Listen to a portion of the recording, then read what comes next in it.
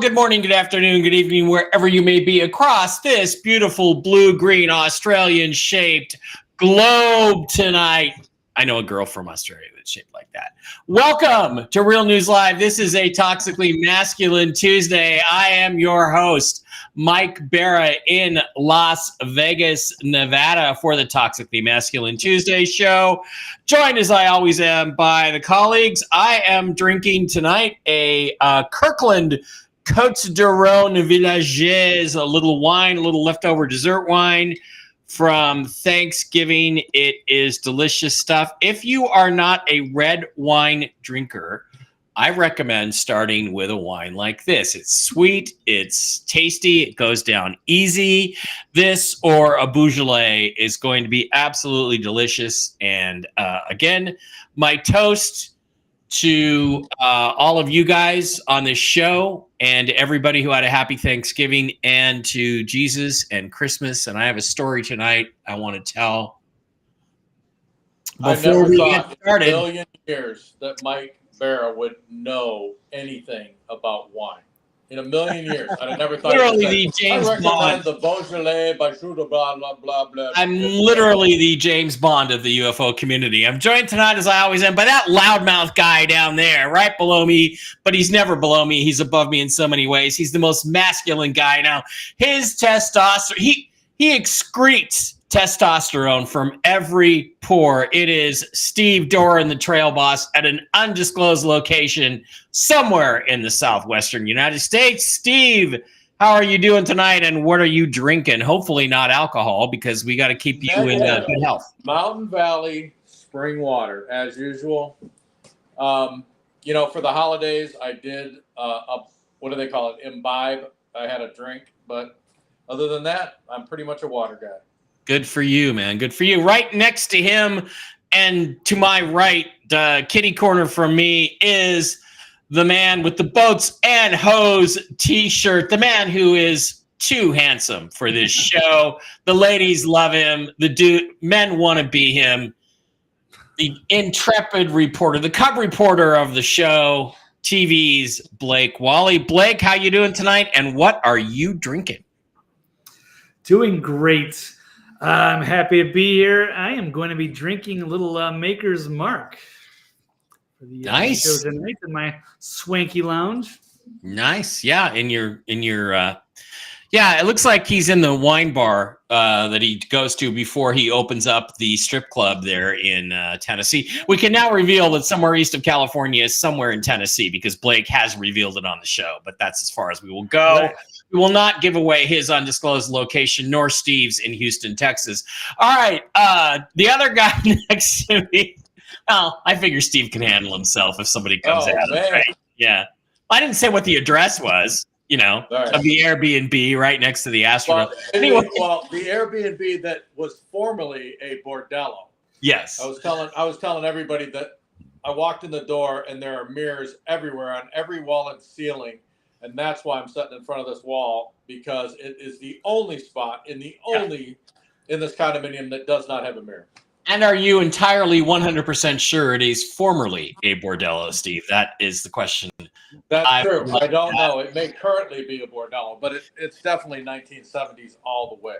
All right. Hey, Darivi is now a monthly supporter over on Rumble. You got your little red castle. Thank you, Darivi. I appreciate that very much. The last member of the team tonight, but first in our hearts at all times, the man with whom you cannot spend 4 hours locked away in a car without coming away more intelligent, Dr. Brooks Agnew, the Ivan Man. Dr. Brooks, how you doing tonight? What are you drinking? And how's the house going?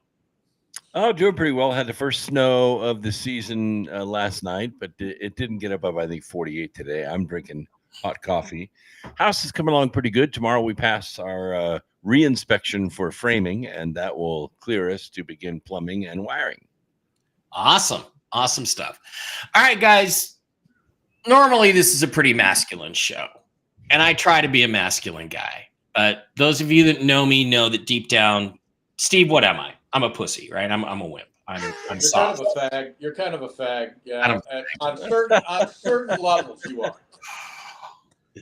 Not to my women, but around the guys, I can be soft. I'm the softest guy usually. So, Well, you're the most tender-hearted out of all of us. That's tender-hearted, right? Well, I don't know about that. I think Brooks is pretty tender-hearted, and Blake is pretty sweet. You're just an asshole, but they're all. But you wear that with a badge of honor, as you should. It's not Christmas yet, but I have a Christmas story that I want to share with you, and I don't know if it's really a Christmas story, but it revolves around Christmas. You're locked up again.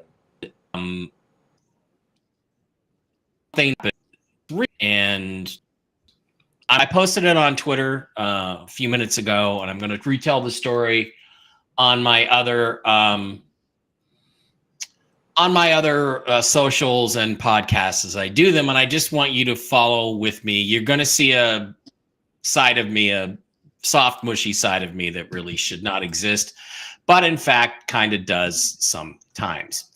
I just wanted to let you guys know that 2.5 years ago, I had to put down my favorite pet of all time, my kitty Aurora. This was her when I adopted her. I lost. She was like my little princess. She's got an Instagram, at the Lady Aurora. Oh, I spelled it wrong. Aurora33 on Instagram. She was a rescue, and I love that cat to death. She was not that sweet, which is why I loved her even more. She was not that sweet. This is my third Christmas without her. And although it doesn't really get any easier, I've had a lot of support from friends and family that know how I feel about pets and animals. And a lot of them have given me little knickknacks and remembrances of her. Things like little pendants and refrigerator magnets made of her face, stickers. Dave Bear got me those last year, things like that. As part of the process of getting over losing her, it's grief. We all go through grief for various reasons. One of the things I did was I had a custom-made stuffed plushie made of her. It's called a Cuddle Clone, and I want them for my other cats, but I got this one for her. There's also another company called Petsies, which does the same thing. And here's a picture. She was very sick here near the end, but this is a picture of her with her Cuddle Clone. Her 2 different colored eyes, her patches. They basically make you a little stuffed animal of your pet, which I thought was great, and I wanted one. So when I moved to Vegas, I decided to put up a little shrine to her. I had the top of this dresser where there was just nothing there. And there's an empty space, so I put her Cuddle Clone up there, her ashes, her little paw print in clay, and some of her fur, and this teddy bear that's actually my teddy bear, Christmas teddy bear from like 1968 that my sister had kept for me and gave to me as a Christmas present like 20 years ago. So she kept it all those years, and I put everything high up on the dresser because I wanted to protect all this stuff from the other cats and from Barkley, who can go, I didn't want Barkley to go crazy and tear the stuffed animals to shreds. So put him up there in the dresser, where I couldn't get to him. So a couple of days ago, I started putting up all the Christmas decorations in the house, and I just kind of finished tonight. I think I've reached sufficient festivity around the house for this year. But then I finished that on Sunday night. So then Sunday night, Miss Fluffy Muffy somehow jumped up on top of the dresser and woke me out of a sound sleep. And I'm like, wow, that's really weird because she shouldn't be able to get up there. She's overweight. She has to take a Silencia injection for her bad joints in her back, and she doesn't jump very well anymore. She hasn't had one in a month, and so she's due, and she's just not very mobile right now. But somehow she got up on top of the dresser. Okay, fine. I didn't pay much attention to it. Got up, went about my day, watched Monday Night Football, went to bed last night. And then last night, as I was drifting off to sleep, she did the same thing. And it startled me, and I rolled over, and I went back to sleep and said, forget it. But when I woke up this morning, I went over to refill her little kitty spout. She has a little fountain there because it helps her, gets her interested in drinking, and she drinks more water. And I noticed that a bunch of the items on top of the dresser were out of place. And one of them had actually fallen on the floor. And the item that had fallen on the floor was a gift from a friend of mine named Sandy Underwood Franks. And I love you, Sandy. It's a Christmas ornament that she got me 3 years ago after my first Christmas without her, with Aurora's picture on it. And I then realized that what Miss Fluffy Muffy was doing was trying to get me to pay attention to the ornament and put it where it belonged, because I had forgotten to put it on the Christmas tree this year. So I picked it up and I put it on the tree, and it's now on the tree in its proper place where it belongs. And I don't care who you are. I don't care what you think. Miss Fluffy Muffy was trying to tell me, I think with a roar behind her, Dad, you forgot my ornament. And to me, this is the kind of thing that Christmas is about. And it's about understanding that there's something more than us, something beyond us, and something that survives beyond death. And I think that thing is love. So I love you, Aurora, and cheers to that little cat that filled my life up for 12 years. Wow. I wish I could have had you for 100. That's as gay as I'm going to get tonight, guys. There you go. Pets are awesome. All right. In other news that is critically important. Well, they're awesome, and there's something real, Brooks. There's something bigger than us that just is. So okay. There's something that animals can do for you that nothing else can fill that void. Yeah, and I mean, I'm just like, why is she getting up here? She never does this, and it was to get me to pay attention to what was on top of the dresser and what wasn't. And I had forgotten this thing. And she's like, hey, my sister, you forgot it. It's absolutely. In fact, I'm going to give you a pass on the, the homosexual emotions, because actually one of the things that really taught me about love was animals. Yeah. And when I was really, really, really sick, and everybody's busy and on their cell phone, and nobody's calling you, nobody cares because you're not able to do anything anymore, my dogs literally would not leave me. And the sicker I got, they would get close to me. The warmth of their body would give me great comfort. It was an amazing experience, and I will never, ever, ever forget it.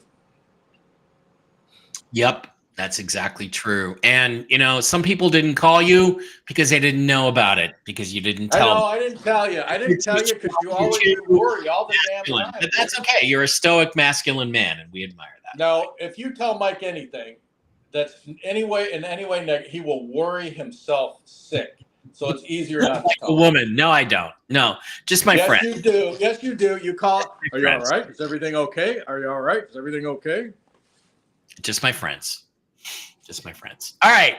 In the news today, we had something happen that was not supposed to happen. Joe Biden promised that under no circumstances would he abuse his presidential power and pardon his shithead son, Hunter Crackhead Biden, crackhead rapist, sister-in-law fucker Hunter Biden. But guess what he did this week? Shortly after a couple of other interesting events in the news, he suddenly pardoned Hunter Biden. Not only did he pardon him going back 10 or 12 or 14 years, all the way back to, get this, 2014, which is when Hunter Biden was on the board of, I think, Burisma, in Ukraine and was helping to influence the coup d'état that took place in Ukraine, and in which Joe Biden and Barack Obama are implicated, along with John McCain and Lindsey Graham and Yovanaitis, or whatever her name is. But Hunter Biden got a pardon this week. Now, the president is within his powers to do this, but he told everybody he would not. Let's listen to see what Jack Posobiec has to say. I guess Hunter Biden could walk right out today and say, yep, it was mine. Doesn't matter. Blanket pardon, blanket immunity. You gotta love it, folks. An absolute blanket pardon. And that's the plenary power of the president when it comes to pardons at the federal level, too. No president can have their pardon overturned. So what does that mean? So that means it's an absolute power of the presidency, plenary power. So the Supreme Court can't overturn it. Congress can't overturn it. The next president can't overturn it. In fact, Joe Biden himself can't even overturn this pardon because that's the way it's written, folks. That's the way it works. But Jill wasn't worried about Hunter. She didn't care about Hunter. She cared about Hunter going public. She cared about Hunter putting this out. And I got a report last night, actually a couple of reports asked around. Hunter Biden was sitting there up in Nantucket with his dad at Thanksgiving dinner and telling dear old dad, according to White House officials and other Hill sources, that he was telling dear old dad at the dinner table in front of everyone about a book that he was thinking about writing, about all the things that he's been through. Because remember, Hunter Biden was about 2 weeks, 10.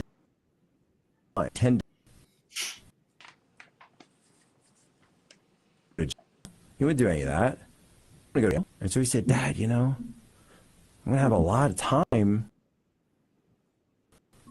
for these sentences, for this gun charge, these tax evasion crimes. Maybe, I don't know, maybe I'll write a book. In fact, Dad, I've already started working on the book.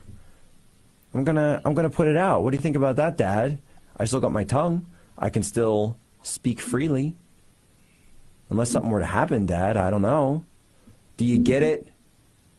Jill and Joe were trying to save their own tails. That's what's going on here. And it coincides with everything. That's why it goes all the way back to 2014. The CIA coup of Ukraine, covered. The biolabs, Metabiota, covered. CEFC, the Chinese energy concern, covered. The CCP deals, covered. All of it covered. Kazakhstan, Russia, the Moscow mayor's wife. It's all covered, folks. Every single bit of it. Probably even Uranium One. Okay, I'm going to swing this over to you, Dr. Brooks, and start with you. Pretty much got everything right there. The only thing that can flip this now is if the 2020 election is proven to be fraud, it's overturned. Joe Biden was never president. Therefore, nothing he did, including his Supreme Court appointments and his pardons, are legal. But I'm skeptical that's going to happen. But what do you think of all this? And what do you think about the Ukraine implications? Yeah, I don't think that's going to happen either. Here, what is most likely. I hate it, but it's most likely. Now that Hunter has immunity from the 1st of January 2014 till December 1st, 2024, he can now be called to testify against Joe Biden, and he cannot take the Fifth Amendment. He can be compelled to testify, and if he refuses to testify, he goes to jail until he's willing to testify. So forget about writing the book. This is about going after the big guy and all of his operations. I think they may have royally stepped in it. By the way, if you read that pardon statement on official letterhead, it was ChatGPT that wrote that. It wasn't Joe Biden. Mm-hmm. I find that fascinating. Steve, he swore up and down to the American people. He had his representatives swear up and down to the American people, including Karine Jean-Pierre, his Joe bird brain, bird's nest haired press secretary, swear up and down that he was not going to pardon Hunter Biden. And then he turned around and pardoned Hunter Biden. Any thoughts on the implications of this and what it might mean going forward? Well, if you ever believe a Democrat, you're the biggest, most pathetic moron on the planet.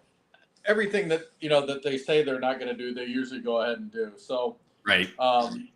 It's no surprise to me that he pardoned him. He pardoned him for personal reasons. The only thing that is going to save Joe Biden from this point forward is if he should die of natural causes in the middle of the night after he leaves office. Interesting. TV's Blake Wally, your thoughts on this when you heard about it? I know you and Brian did a show on it right away. What are your thoughts with regards to the Hunter Biden pardon? He's frozen. No. No, we've lost Blake. Okay, well, let me give you a couple other thoughts and throw them out there. Wow, Blake looks really bored with us right now. A couple other thoughts here. Okay, to my mind, everybody's been talking about making an issue of that he said he wouldn't do it and then he turned around and did it. And that shows that Joe Biden is a man of low character. Well, if you didn't know that Joe Biden was a man of low character by watching the videos and photographs of him molesting little girls, at least they're little girls, we can at least give him that. If that didn't convince you that he was a man of low character, I don't know what does. Joe, decency is on the ballot. Biden turns around and pardons his crackhead son. Okay, fine. His crackhead son, who molested his niece of 14 years old, had sex with the Obama kids, even though, of course, they're not really the Obama kids, when they were underage. Slept with his dead brother's wife, knocked up a stripper and refuses to acknowledge her. Yeah, that Biden crime family did all those things, but they're missing the point, to my mind. We lost you there, Blake. You're back. But they're missing the point, to my mind, and Blake, maybe you can comment on this, which is that that's not the issue. The issue is Ukraine. Why does it go all the way back to 2014 in Ukraine, and what is hidden there that is so important that we need to get to? Blake? Yeah, absolutely. And it was great to see. Jon Stewart actually pointed this out on The Daily Show. Why so specific? Not a few years, not 10 years, not 15. It was exactly 11. So that seems to definitely line up with their meddling around in Ukraine and his days with Burisma, when they were clearly colluding, and that's what led to the impeachment of Donald Trump. So, yeah, it's interesting. They're kind of like blackmailing each other, perhaps.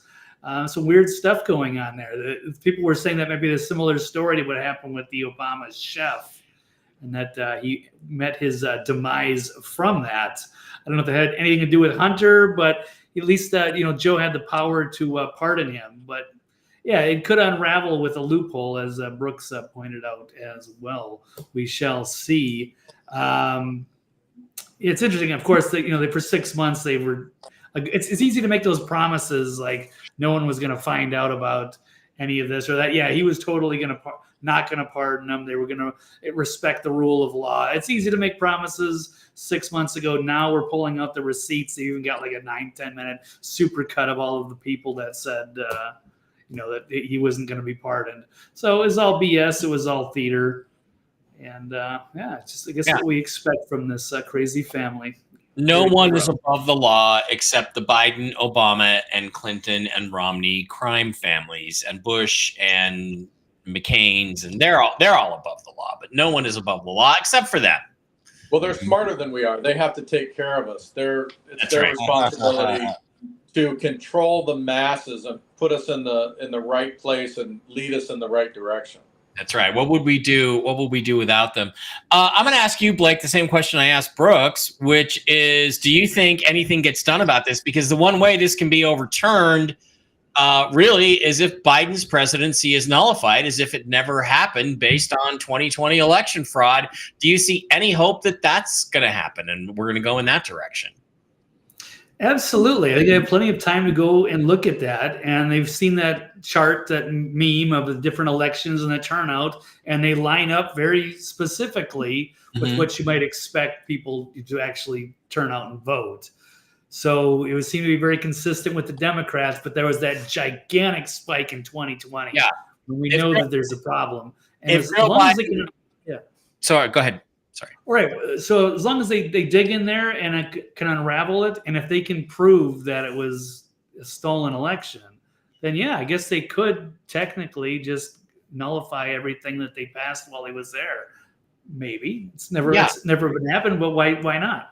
If Joe Biden got a number of votes consistent with all the other Democrat candidates in the last four or five election cycles, including the most popular Democrat of all time, Barack Obama in 2008, he loses badly to Donald Trump, which we all know is what really happened. That alone is sufficient evidence to say there was voter fraud. If you're a statistical guy, if you're a statistics guy, if you understand how statistics work and how things like this don't make, it's pretty easy to say, well, that anomaly is an artificial intervention. There's clearly something going on there, but you know what? They may saber rattle, but they're not going to do anything. Yeah, They're not going to do a damn thing. And I'll go out on a line and even place a bet. I'll put it on Las Vegas odds. They're not going to do anything about that. Nothing. Yeah, Nothing. I suspect, sadly, that you're probably right. So, speaking of people who may or may not do something, Kash Patel was nominated this week as the FBI director, basically assigned with the job of destroying the FBI, getting rid of it, devastating it, firing everybody who's committed crimes, which is probably going to be 90% of the agency. And it comes at a time, interestingly, when more people than ever say that the 2020 election, which we were just talking about, was fraudulent. 4 years ago, 47% of Americans believed it. 3 years ago, it was up to 52%. 2 years ago, it was 54%. 1 year ago, it was 57%. And as of today, 62% of the American people believe that the 2020 election was fraudulent and stolen. And Donald Trump's nominee to go after this, to fix this situation, is Kash Patel. Vic Ramsey. I don't know what, I don't have a good name for Kash. I think Kash is good enough. Kash Patel, what do you guys think of this particular nomination? We'll start with Blake. And do you think he gets stalled in Congress? And does Donald Trump abandon him the way he abandoned Matt Gaetz? Those are those questions we're going to ask you, TV's Blake Wally. Yeah, this is interesting. This is a great pick as far as I can tell. I don't know a ton about him, but I've always liked the appearances that he makes. And I know that he was, MAGA really loved him and the deep state did not want him. So that automatically gives him major credibility. They've kind of also slow played this one, kind of teasing it out there, and then finally made it official. You see the deep state panicking. So I really like it. And I'm not exactly sure how it all works with Washington and all the different departments. But from what I've been trying to gather, it seems like the FBI is kind of under the, and Brooks can, and you guys can correct me here. Is it part of the executive? So maybe Trump would keep it along. They obviously have to clean house. I'm not sure if they're going to get rid of it per se, but then perhaps they could, dig into a lot of these things that have been going on, especially with the election. And Trump, would want to be vindicated in the long run because he was considered a denier for so long, and that he, orchestrated a coup and tried to keep office. So I think they have some kind of an interest in finding it, at least maybe even if it's under wraps, not public. If they can find that they prove something, at least maybe in some of the swing states, I think that absolutely helps just for the historical record. And after, justifying Trump all those years, we shall see. Brooks, what do you think confirmed? Well, I really like Kash Patel. I think he's probably the most qualified candidate on the list. But Ray, technically speaking, still has about 6 years left of his 10-year term. It's going to be difficult to get rid of Ray. You're going to have to openly fire him, and that's going to cause a lot of trouble in Washington. Getting Kash Patel in place is probably going to have to be done as either a recess appointment or B, he's going to have to go into the hearings in the Senate, which could take a year or maybe a year and a half. That's about how long it took for Loretta Lynch. And during that time, he'll be the acting director of the FBI, and he will have authority, but he can't go in there and clean out the top 2 floors of the FBI and close the building and move everybody to state offices like he wants to.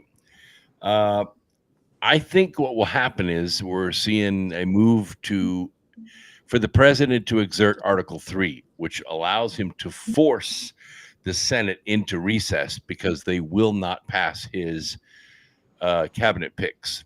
He's allowed to. Several other presidents have already done it. He can force them into recess, and then he can appoint all of his people, and they're considered recess appointments, and there's nothing anyone can do about that. Okay.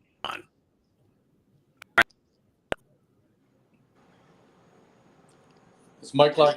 Yeah, you're breaking up a little bit. Exactly what he needs to do. No? Yeah, now we can. Internet's a bit spotty, yeah. Cox cable. This is exactly what he needs to do. Is this the Constitution? The Senate gets sent on my cabinet. It's not you get to have hearings. It does not say you get to carry those hearings off for months, years. That they have to be voted on. So you got 90 days. 90 days for all of them. And at the end of 90 days, keep all my people. I think he same. Well, Article 3 is vague, okay? It says that the Senate can appoint officers as basically it sees fit. And what has happened is the Senate has created inside its body a rules committee. And that rules committee has set up rules that are governed by what's known as a parliamentarian. Mitch McConnell has just been made head of that rules committee. So you're talking the deepest of the deep Chinese state is now in charge of the rules committee that will make the decision of how Senate hears these candidates and schedules their appointments. In essence, it's not against the Constitution. It's not exactly in the Constitution, but it is kind of vague. It probably will require the Supreme Court to step in when President Trump says, fine, you can agree. I am forcing you to adjourn under Article 3, and that's it. You stay adjourned until I get my cabinet appointed, and then you can come back. Yeah, why not? And they should count their lucky stars because Lincoln actually put legislators in jail, in prison for not approving his cabinet. Well, I'm all in favor of that. You think Trump does he have? I mean, the thing that game should be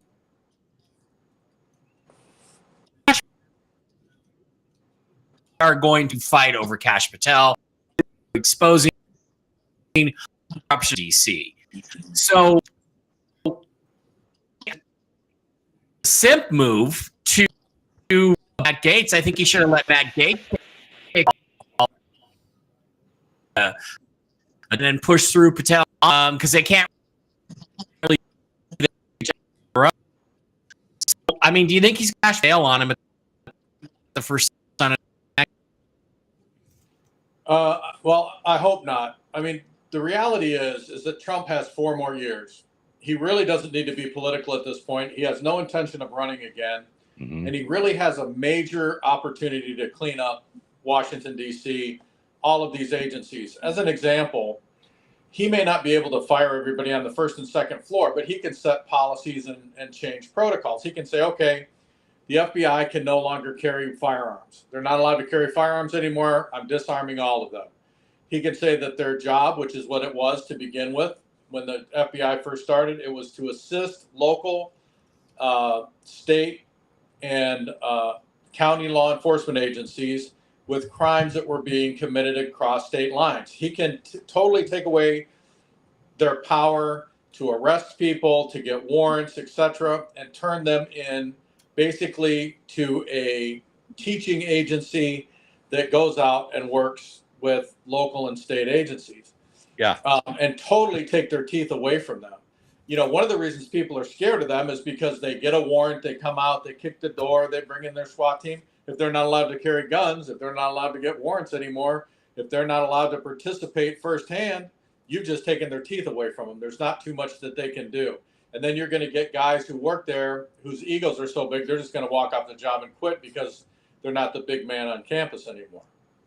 Well, I mean, again, I think personally he should call an all-hands meeting. Everybody at the FBI needs to come to Washington, D.C., to the J. Edgar Hoover building, and then get them all in there and say, okay, I'll be right back. Go outside, cut off the power, cut off the water.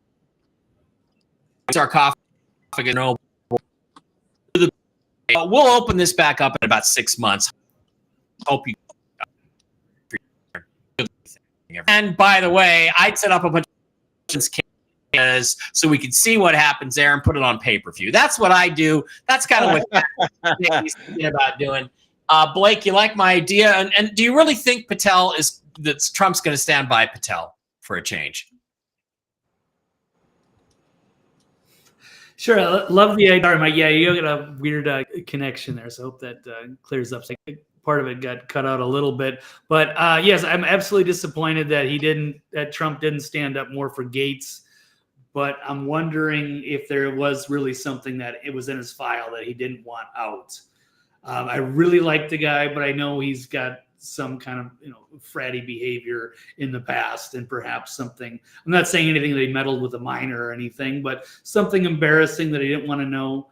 That's possible. I think maybe Kash Patel is sort of the squeaky clean sort of Boy Scout type that they usually recruit for the FBI. So maybe he'll be a better fit. They're not going to find as much dirt on him, and they're going to have to accept him whether they like it or not.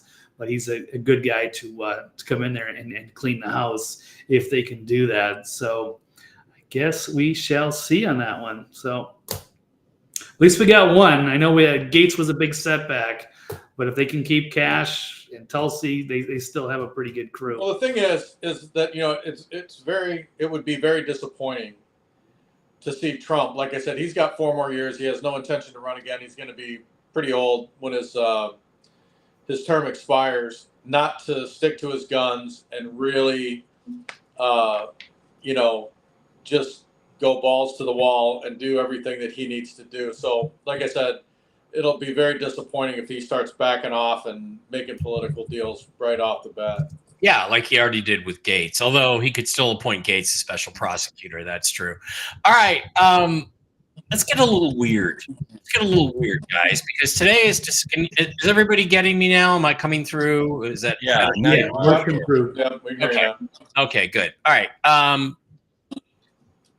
Today was supposed to be the day of an alien invasion. Let's get a little update and briefing on the alien invasion from a guy. Well, I'll talk about Cliff High in a minute, but let's go.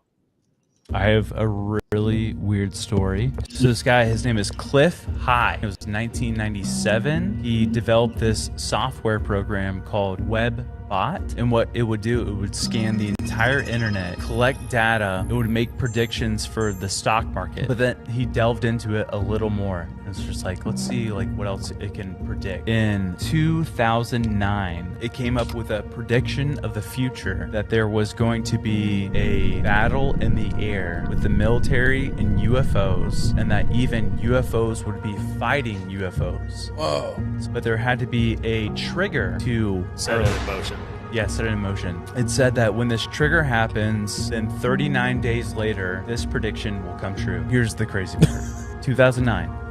The trigger was Donald Trump would be interviewed by Joe Rogan. Bro, no. Nuh-uh.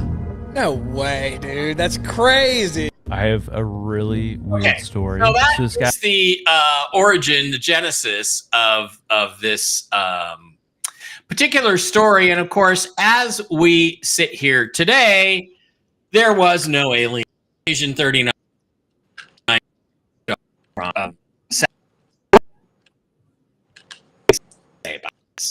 Cliff High, lunatic. He's out of his.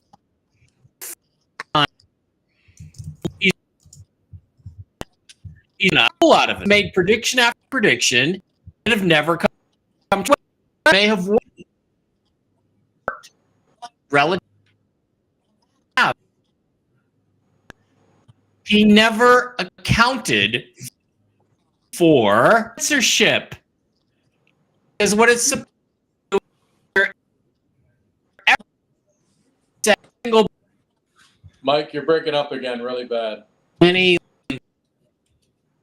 on I'm not hearing or understanding anything you're saying. Well, I yeah. agree with Mike. 30. I don't know. Am I back yet? Sorry. Barely, but the video is pretty bad. So I'm Yeah, waiting for your the video audio is pretty to bad go and back. your audio is breaking up. Yeah, Long story Tell your short, neighbor. kind of run with it. Yeah, Tell your neighbor to stop watching porn so you can have the bandwidth back. right. Dave that's doing that. So Oh, okay. Well, Cliff is quite the character, but yeah, he's been wrong on so many of the predictions that you can't really take him seriously. Yeah, he's brilliant. He's got this whole scientific computer thing going on, testing predictions, but it's very interesting until you listen to him for enough hours and watch enough things that just okay, well, interesting, cool story, bro, but none of that stuff happened. It was totally far-fetched. And yes, he is admittedly a paranoid schizophrenic. He's done a ton of reading and researches, and he spends a lot of time with his little computer programs and algorithms and predictions. But again, he's just a crackpot at the end of the day. Unfortunately, I like him, but I've given him 20 chances. oh, I don't like him. He's really a shithead to a lot of other people.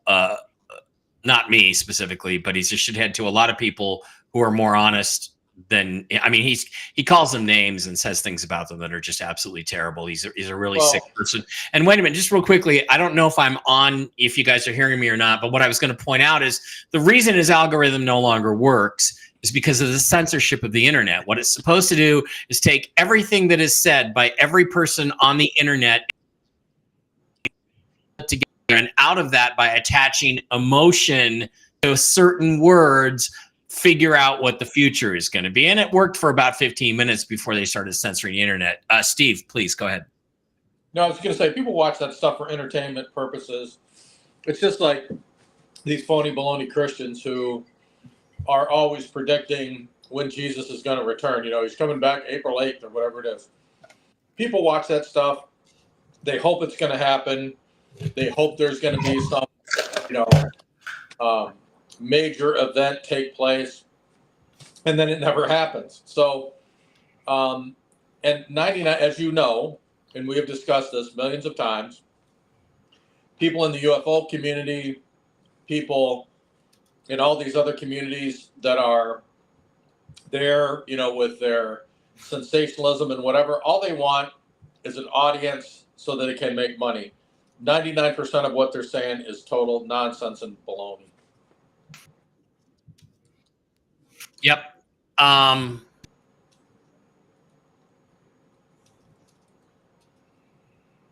Brooks.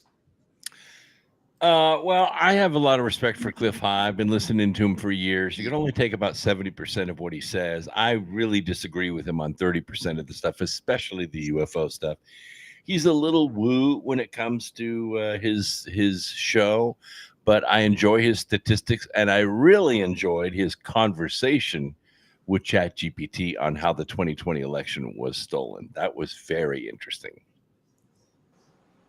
I only agree with Cliff High. And I'm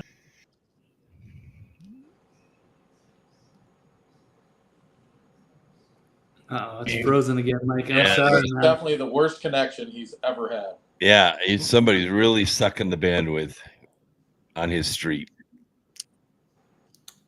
Yeah. Too bad I can't believe Las Vegas doesn't have fiber optic internet. Yeah, you would think. There should be an You alternative. know, my buddy, I have a buddy who has a huge ranch in Kerrville, Texas. He has, it's out in the middle of nowhere, like literally out in the middle of nowhere. And he has fiber optic internet. That'd be the dream. Be kind of off grid, but have enough fiber to make it to the internet. No, I Like I cannot. say, everything's better in Texas. I can't get fiber optic. I can't even get CenturyLink to come here and show up. So we're going to try to just muddle through a few things that are left. It was said that perhaps what was really going on today is that they just misinterpreted the fact that, guess what? Space Invaders was re-released today. What do you think? Oh my God. That's the invasion. There you go. That's what happened. That's what went down. Gosh, I can still remember the sound of that game. Okay, I'm trying. I'm so far behind. There we go. Yeah. Okay. On the subject of UFOs, I want to bring up two more. Robert F. Kennedy is and on Thursday, he brought a bunch of people over to his house for Thanksgiving, and then on Saturday he posted his Thanksgiving family photo. His Thanksgiving family photo. Wow, that's a tribe. I will tell you, there isn't anything That's really too significant about this, except for this fat guy right here with the white hair, the worst haircut around. Anybody know who that is? Besides me, that is a gentleman named Daniel Sheehan. Daniel Sheehan for the Carter administration, which shows you what he's got going on. And he has been in charge of, or was in charge of, trying to find out information UFOs for Jimmy Carter. He has testified in front of Congress. He's been involved with the congressional hearings. I personally don't know of any actual independent UFO research he's ever done. But I know that he's labeled as a UFO researcher and a UFO expert. And the question becomes, what the fuck is he doing at Robert F. Kennedy Jr.'s house for Thanksgiving? As far as I know, they are not friends. But I will tell you this. I think his inclusion in this photograph is not insignificant. I think it is significant. The question is, to what? Well, let's take a look. Are any of you guys aware of what happened in Manchester over the weekend? Manchester, England. Well, what happened in Manchester, England is that a plane was getting ready to leave, and this spherical object appeared in the sky, not droplets.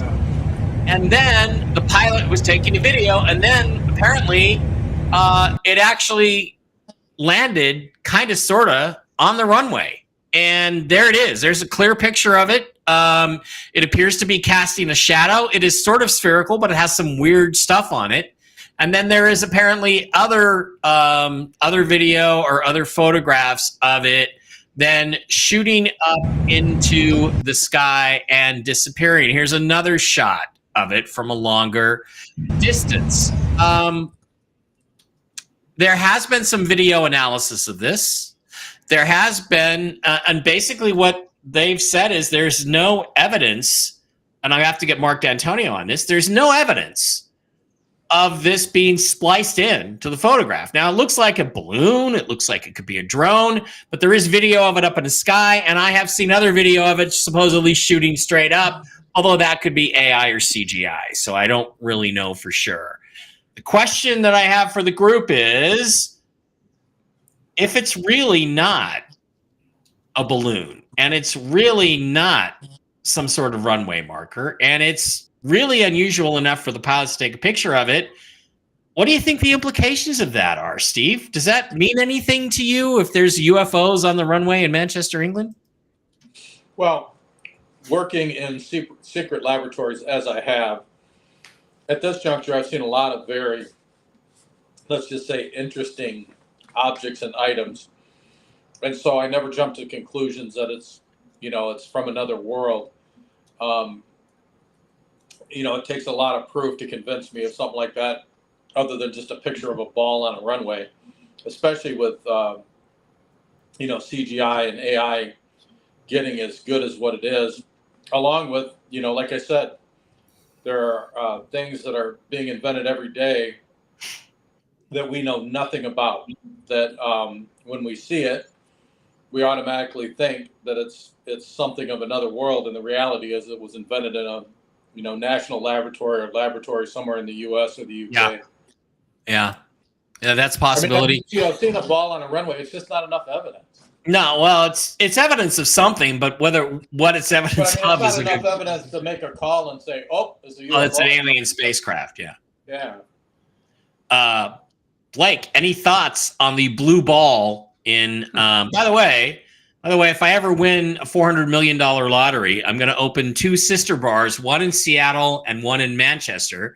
One's going to be a Manchester City bar and one's going to be a Seattle Seahawks bar. They're both going to be both because both teams wear blue. And I'm going to call the restaurant, wait for it, Blue Balls. You want to be the manager there, Blake, at one of those 2? Yeah, why not? Go back and Well, forth. Blake, and you got to bring the mafia. Good You're going to lose gig. money. I'd do that for sure.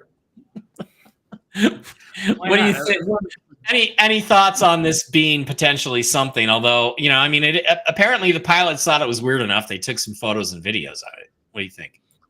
Yeah, very intriguing. It could be just some piece of, some new kind of drone. I think what Boy Dogs was saying, a drone from the mothership. I mean, it could be the mothership. There could be a billion life forms. How do we know what kind of scale we're talking about?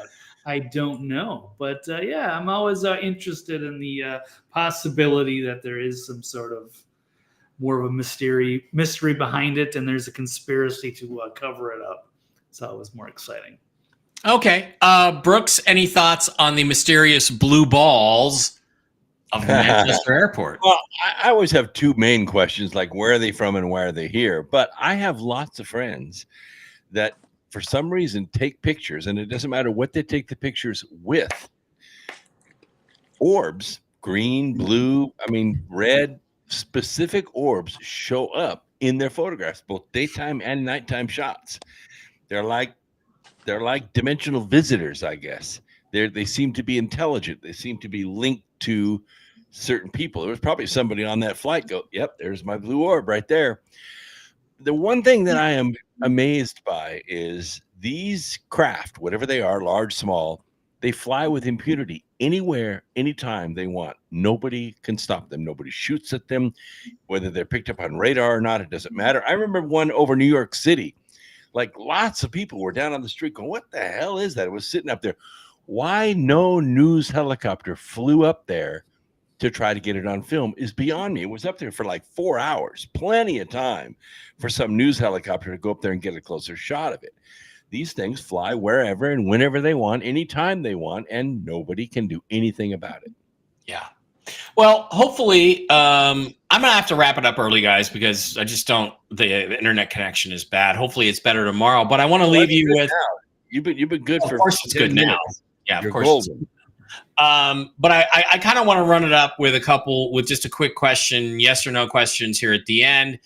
Does Kash Patel get confirmed as FBI director? Brooks, yes or no? Yes, he does. Blake? Yes. Steve? Yes. Mike? No. Okay. Does Pete Hegseth get confirmed as Secretary of Defense? Yes or no? Brooks? Yes. Blake? I'm going to say yes.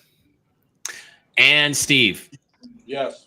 I'm going to say yes, even though I think it should come up in his hearings. Why doesn't he wash his hands on a date? He says, I don't wash my hands except when I take a shower in the morning. Literally, you go take a piss and you don't wash your hands, and then you shake somebody's hand. Pete, really? That's too fucking weird. I think I'd be a no on Pete Hegseth unless he gave me a good reason. Will he pull a Lloyd Austin where he goes off grid for 3 days and tells no one? Yeah. Completely without leadership? No. Joe, I hear you guys about the Starlink. I've looked into it. The problem is they sell all the pieces separately. It costs a fortune. The service is just as expensive as what I have now. And there's like no directions for how to actually install it. They just give you the equipment. And I'm like, okay, I don't want to install Blake. Mike, I use Starlink and it works great. You can get the Yeah. portable Starlink. You can get the portable Starlink for $100 and just put it out the door. It works fantastic. I've had less trouble with Starlink than any other type of connection I've ever had. Blake, And it's easy to install. If I can install it, anybody can install Well, the it. problem is I have a stucco house, and so getting things to drill through to something solid that I can put a screw in or something is half the You time can set it's it in the plastic deck. and You half have the a time. deck. No. You can set it on the deck. You don't have to screw it into anything if you don't want to. Okay, Blake. Yeah, Steve is right. Yeah, you don't have to screw anything. It's very easy to set up because I had one. I used it for years. As you can tell from my signal the last few years, it was better than it was before that. Not It was really. an improvement, but you're Yeah. still not going to get really good live streaming, solid internet. It wouldn't be much of an upgrade. It does a fantastic job if you're off grid, but even if you ordered it now, you'd have to make sure that it would have a very clear view to the sky. It's not that great. And it's also about $110, $120 a month. So I don't know if it would help you, but it Which is what I'm yeah. with zero Well, customer if you're paying service. $100 a month and it's not working, then you're Right. you're not Well, getting what we're- you're paying for. Well, it works when I don't talk about things or need it to work. Then it works fine. It works fine. Sometimes I got anything else hot.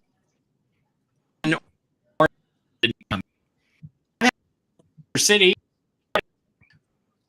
They opened up with from Mike Barrett. For us, it is spectacular. Get Dave and Arizona to Phoenix on Saturday to watch the Seahawks beat the Cardinals on Sunday. So, Right. Far out. any quiet right now? One time and thoughts we have the World War III seems to have, by the way. Any This is really important that that Putin really keeps his cool, for the next 47 days. They're going to do everything in their power to try to provoke him to hit back. And I mean hit back outside of Ukraine, like hit a NATO base somewhere in Europe. They're going to try to get him to respond. Once he responds, they can legitimately declare war on Russia, and it's on like Donkey Kong. So I'm sending out the signals that he just needs to keep shooting the shit down and stay cool until Trump gets in office, and then all this will go away. on what to look for in the news. Well, this next week, look for further statements by Donald Trump about what he's going to do about NATO. He's been kind of holding it close to the vest, but he's going to start putting real pressure on him. I think he's going to defund them or withdraw from NATO altogether. And if he does, NATO collapses. Nice. Yeah, sorry, Mike keeps cutting out. Maybe he's asking me. Yeah, it's Russia and it's a number of other things that they're going to do to try to sabotage the incoming Trump administration. I just saw one recently that Elon Musk tweeted out. Oh, okay, cool. There's Mike again, and they're talking about. I'm not visual. Apparently, Okay, yes, I'm asking for a person. Go ahead, guy. that helps. One other quick note. Yeah, the new the old administration is going to sabotage the new one. I'm hearing another one from Congress is trying to pass a huge lame duck kind of spending bill that will increase spending and tie Trump's hands through next September. And that will kind of take the ability of Doge, that would be the Elon Musk and Ron Paul and Vivek Ramaswamy months. So that's another little thing that the deep state is going to try to sabotage coming up. We shall see. Steve, any final thoughts? I think we're going to see a few more big shoes drop before Trump is sworn into office. I just have a feeling that There's some other things brewing that are going to transpire before he is sworn in. So people need to continue to watch, be careful, and make sure that all their ducks are in a row when they leave the house, when they're out, and they come back. Like I said, I mean, I cannot see them leaving him alone until he's sworn in and after the election.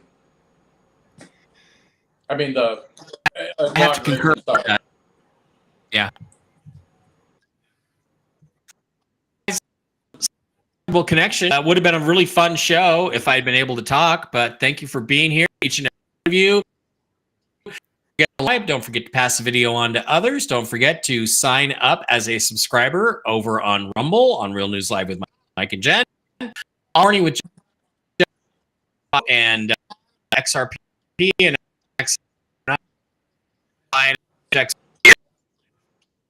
Ooh. everybody.